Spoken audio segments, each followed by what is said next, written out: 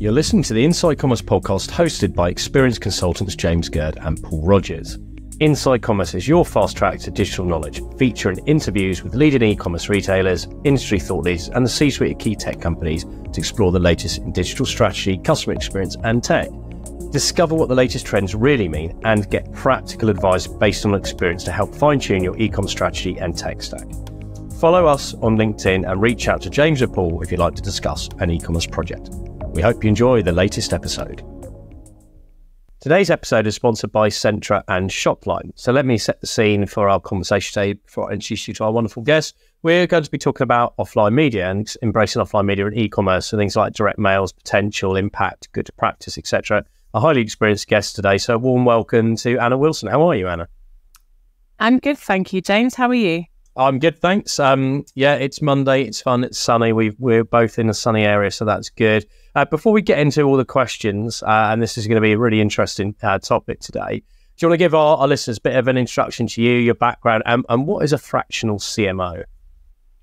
Yeah, so I'm Anna Wilson. So I've got just over 20 years experience in the industry. So I started off my career client side, headed up the UK marketing team for a company called Orvis. I then went into agency side, over to the dark side. Had kind of various roles at a database marketing agency. I then, about 7 years ago, decided that I didn't want to be agency full time, and also I didn't want to be client side full time. But I felt there was a gap for in the middle, working with brands, retailers mainly.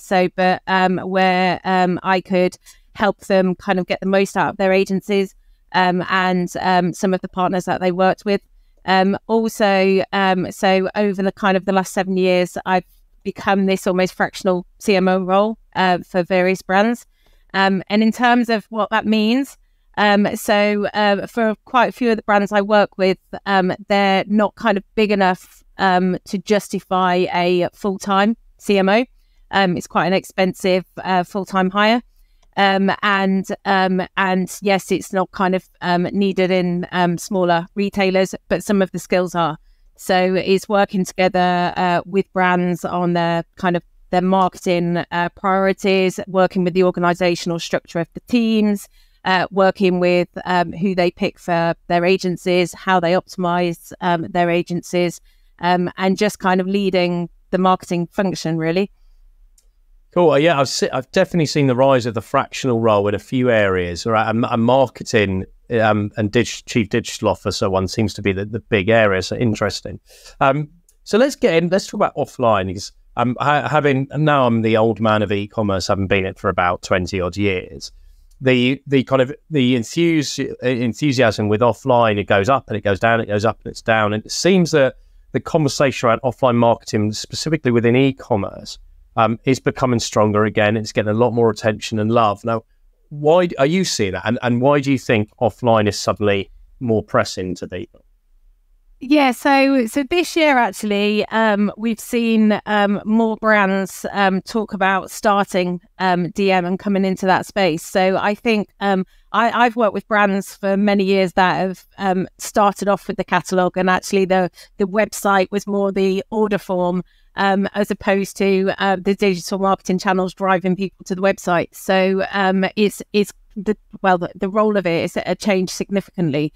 I think over the past 20 years, there's obviously a lot of brands that have come into the market, and digital marketing's been, I wouldn't say easy, but it's been a channel where actually people have been able to kind of grow their business with search, social, etc., playing a huge part in that. As digital has got more expensive, it costs more to reach people. It actually is potentially less effective for some than it once was. People are kind of looking at other channels, and in the crowded space, direct mail can stand out. So you can easily miss advert on your Facebook feed, for example. You can't miss something that lands on your doormat. So it's a much kind of you have to do something to get it out of your life, so to speak. So if that involves going picking it up and putting it in the recycling bin. Gurd create digital flagship stores for iconic brands of today and tomorrow. We are the #1 Centra agency in the world, with more than 50 Centra implementations to date. We are also e-commerce design specialists, platform and tech partner agnostic. Try our new e-commerce design subscription. Visit grebin.com. I love that positive view of, well, you've actually got to take the effort to throw it. I do think it's interesting, though, because I definitely feel saturated in terms of digital communication, whether it is on social media. I don't use social media in private life, but I use it for business. So LinkedIn, so much content. Email, so much content. SMSs, so many people are doing SMS reminders, especially around people around like competitions, promotions, giveaways, that it does feel at time you're like, oh, Christ, not another, I just delete. So I can totally see the appeal in a medium where fewer people are doing it consistently. It's trying to get a bit more headspace from people. Yeah. Also, what you have to think about is when you've got a catalogue, especially like I'll talk mainly about catalogues at the moment. But you've got 32, 48, however many pages of products that you're putting in front of the customer. Whereas on the potential customer, whereas with even with an email, and you potentially have a long email, you only put in so much product in front of them. So it's all about kind of that guesswork of which products to put at the forefront. Where although you have to obviously think about what goes on the front cover, back cover of a catalogue, you still got the whole rest of the kind of selling space. So it's harder. Well, it's typically why with a catalogue there's higher average order values. So because they're seeing kind of more of the range, where on digital marketing you just don't get that luxury. Yeah, interesting. And I'm going to talk about misconceptions next, because I definitely have heard people say this, that print isn't for the younger audiences want to be in social. We all, I think a lot of people like lazy generalisms about what massive groups of people do. What's your take on the relevance of print formats for different audiences, different demographics? And I guess the second part to that is, how do you make it relevant and interesting enough for younger audiences to take it seriously? Yeah. So everybody in the UK anyway has got somewhere their post goes. So the majority of people still have a hole in the door, regardless of what age they are. And still have that doormat space. With the younger generation, most of their life is now digital. So they even kind of all their bills and other kind of means of contact is through email or through other digital channels. For those, for that younger audience, they get less on their doormat, and actually it's. You think back to your youth when you if you got a letter or you got something addressed to you, is kind of that excitement level is probably more exciting for a I don't know, someone in their early 20s getting something in the mail than it is a 50, 60-year-old who's actually used to it. So in terms of the messaging, that's obviously product led. So you wouldn't I don't know, send a Bowden catalogue focusing on patterned dresses to a 20-year-old. You would potentially send an 18-year-old a skate hook catalogue, or something that's actually more focused to what they're interested in. So it's also thinking about in digital, you wouldn't give exactly the same creative to the younger generation than you would the older. So it's just being smart about who your prospects are and getting the targeting right, really. And do you find the formats vary? Because I haven't done or run print campaigns for quite a while. But I remember doing a lot of this when I worked for a book club company and experimenting with different formats, from short form like flyers, leaflets, and inserts to, maybe 8 to 12 page catalogs, then to big full catalogs. So do you find for different age ranges that different formats work, or is it more the content and the messaging? It's more the content and the messaging. The format actually is driven in many cases by Royal Mail and their pricing. So because what I would recommend is if you have got a large product range, regardless of the age that you're targeting, you want to be going for optimum cost effectiveness. So it actually can be about putting more in front of them to make use of the paper and the postage weight that you can have. I would say with the younger generation, there could be different types of format in terms of being clever about it, making it kind of stand out. But quite often they don't increase they're either too expensive or they don't increase the response to kind of go outside the norm. Centra is the only commerce platform built exclusively for fashion brands. Over 300 fashion brands run on Centra, including icons like Paul Smith, Jeff, Avenue, and Nudie Jeans. Centra solves business logic challenges for fashion brands like no other platform, and they are on a mission to help you scale up rapidly, globally, across all online and offline channels. Take your fashion brand global, faster, further, stronger today. And then let's move on to like acquisition and retention. So we'll start with acquisition, because I think a lot of people who aren't used to offline and mixing it in with digital media, we think like, hey, how do I use it for acquisition?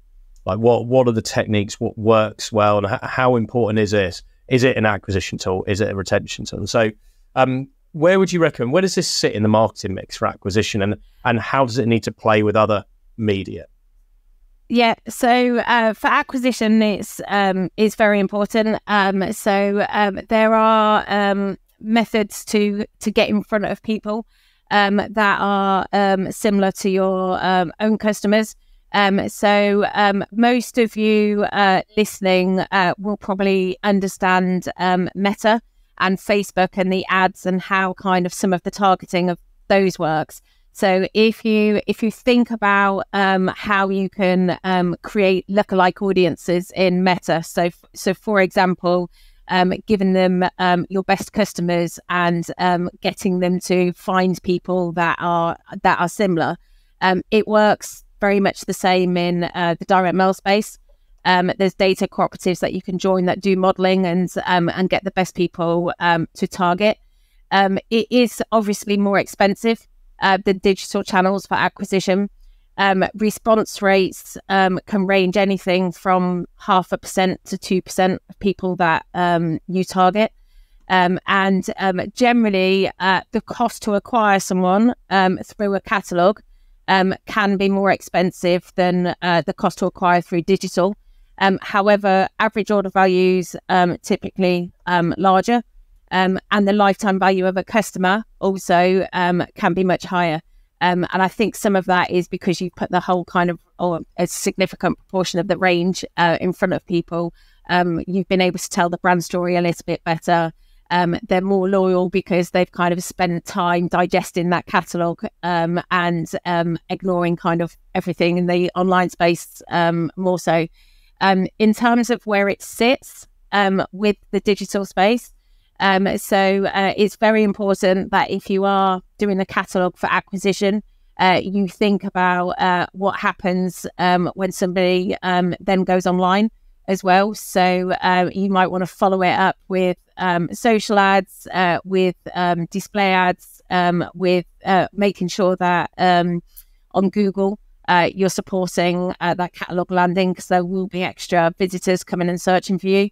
It's just kind of thinking about that whole the whole dynamic really. So, and the fact that they don't come straight to the website and buy straight away, it is just kind of one touch point in many. I'm intrigued to know, like, because obviously we're so used to like digital touch points for conversion now, where it's like the medium, the call to action is to go online, but how do you see many brands doing this now, where they're pushing people to contact centers as well for like phone ordering, or is that just is everyone trying to use direct mail and offline to send people to websites? It's predominantly to send them to websites. If it is a product that requires kind of more help to purchase, it might be that there's more kind of direction to go to other channels as well. In most with most brands that I work with that have catalogs, 90% of orders are coming through the website. more than that. So there are telephone numbers on there. So which actually, even if you don't want people to call and place an order, a telephone number on a catalogue offers reassurance. So it's definitely kind of worth having on there. Some of the older generation, there's still telephone calls that comes through an email as well. So it's important that you've kind of got those covered. But generally, it is to get them to the website. Which actually makes it even more key. You're thinking about people landing on that website, the fact that they potentially have got the catalogue in their hand.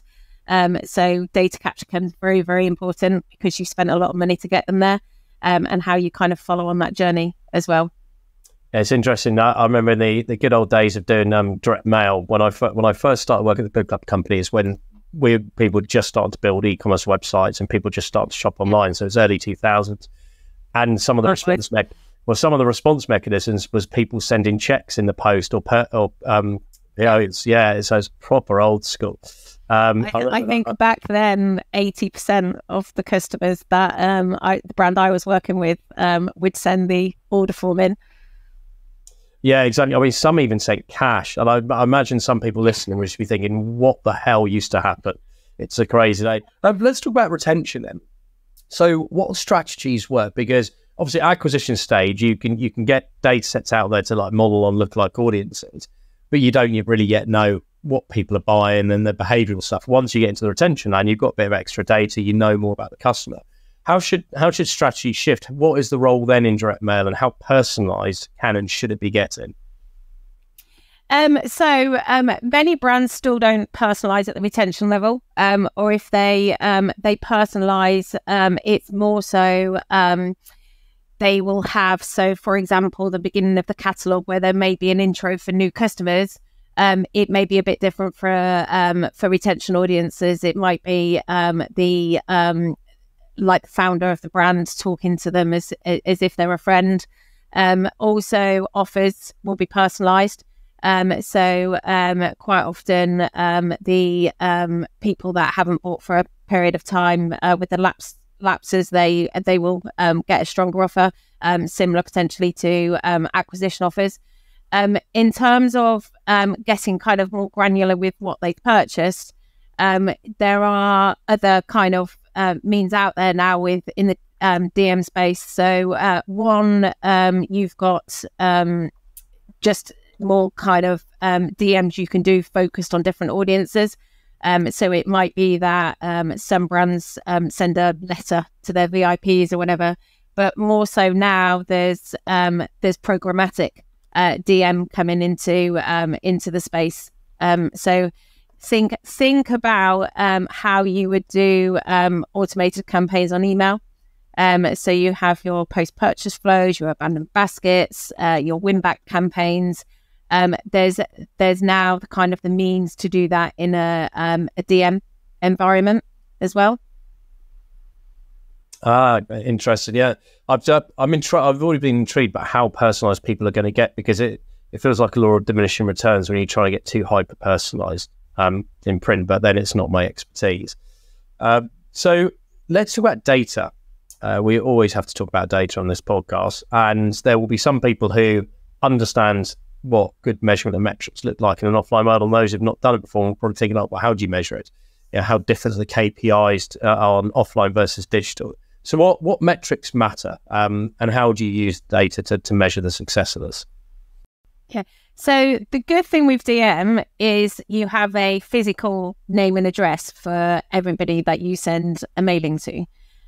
So you know when you've sent it, and then you can track. So people that respond to that catalogue, you know that they've received the catalogue. So a lot of people will know it as a matchback analysis.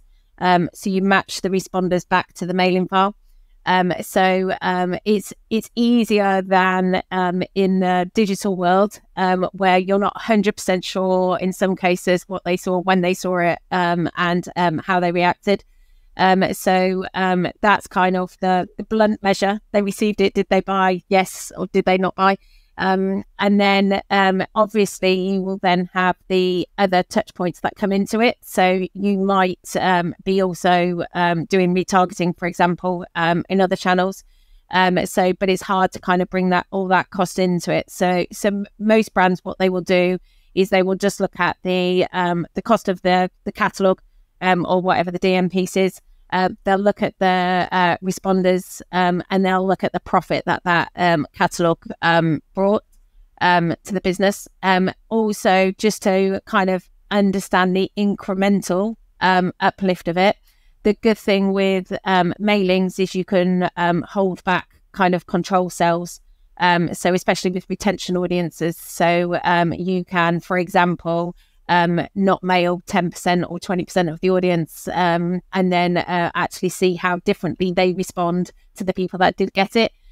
So it's kind of quite a is the, I would say, the easiest channel to measure out of all of them.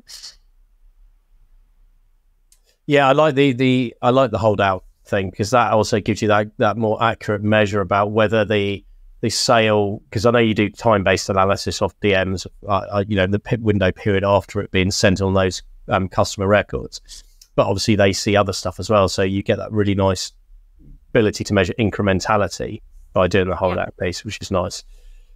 Let's talk about programmatic.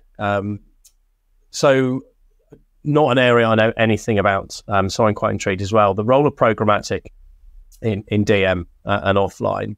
But do you want to talk us through what is the role? Where is this heading? Yeah. So the thing with programmatic. So let's think email for a moment, because everyone kind of is familiar with that. So where you have automated flows.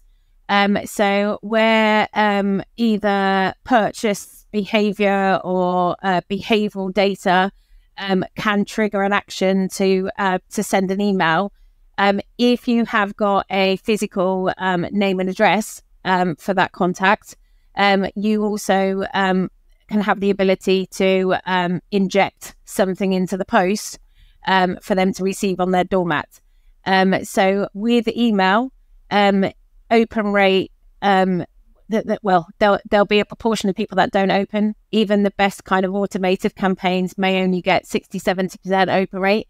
And then you've also got a crowded inbox that you've got to get to the top of and get noticed.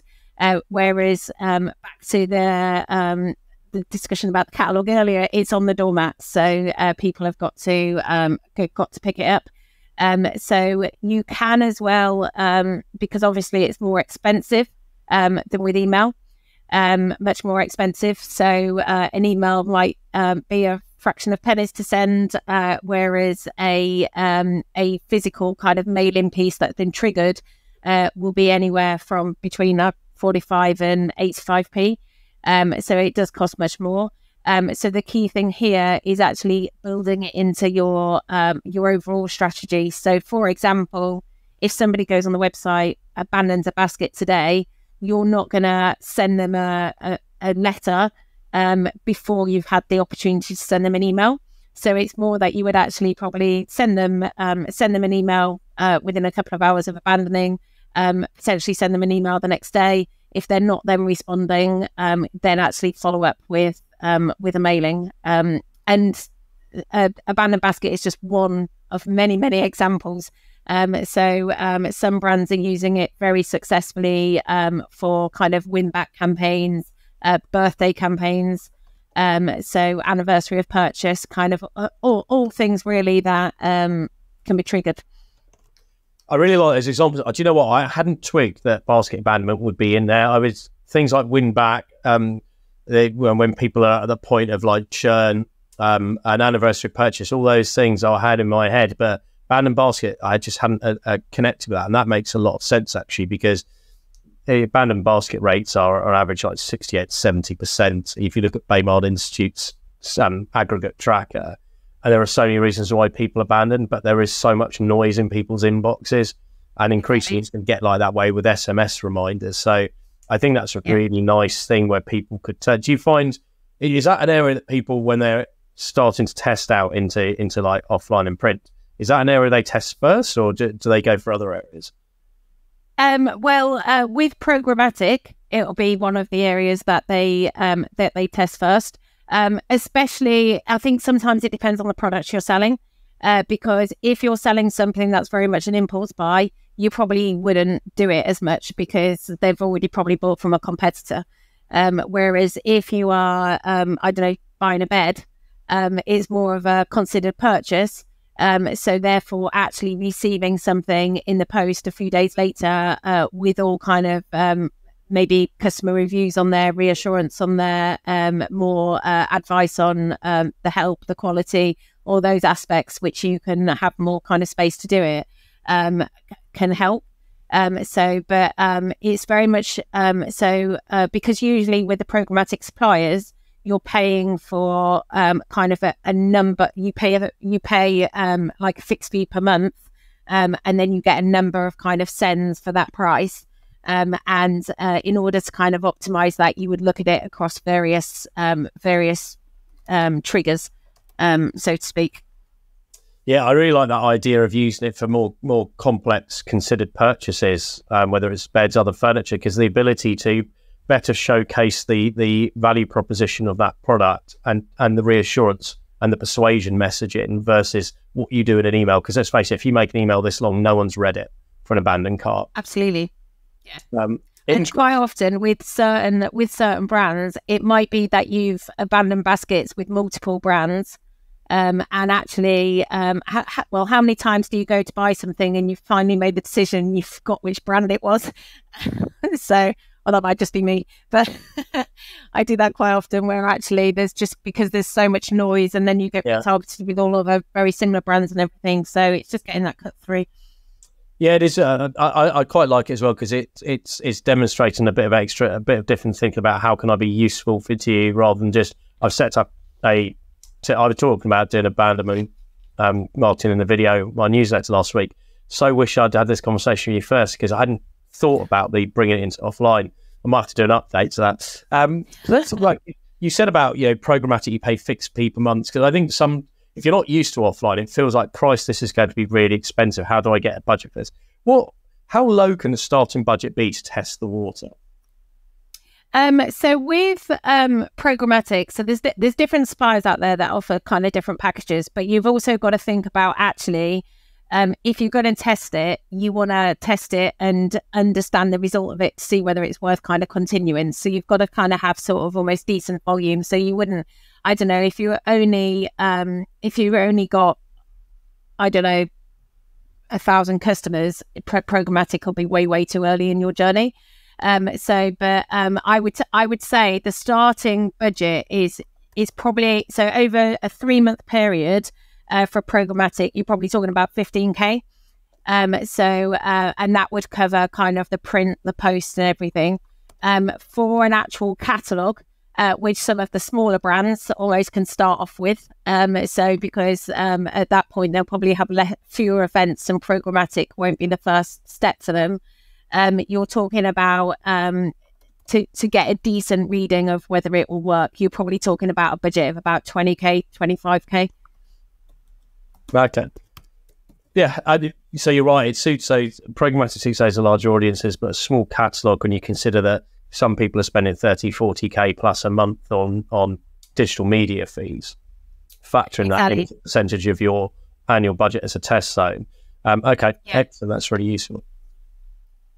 And what about gotchas? Because there's always gotchas. Things are challenging, things are tricky, and we're not in a fixed world where things don't change. And I think when we were chatting prior to the podcast, you said about Royal Mail costs going up. So what are some of the gotchas that people need to think about in terms of when they're planning, budgeting, and executing these programs? Yeah, so Royal Mail definitely is something to think about. Or something to think about. They, although they're trying to encourage people to put things in the mail and get kind of more people using the system, at the same time they're putting prices up. In July, the prices will be going up about another 10% for a lot of people sending catalogues. So they've got to work harder for them to work. It's going to change formats because you can actually get around some of the increases or reduce some of the increases with different formats in there. But it's definitely something to think about. Also, you've then got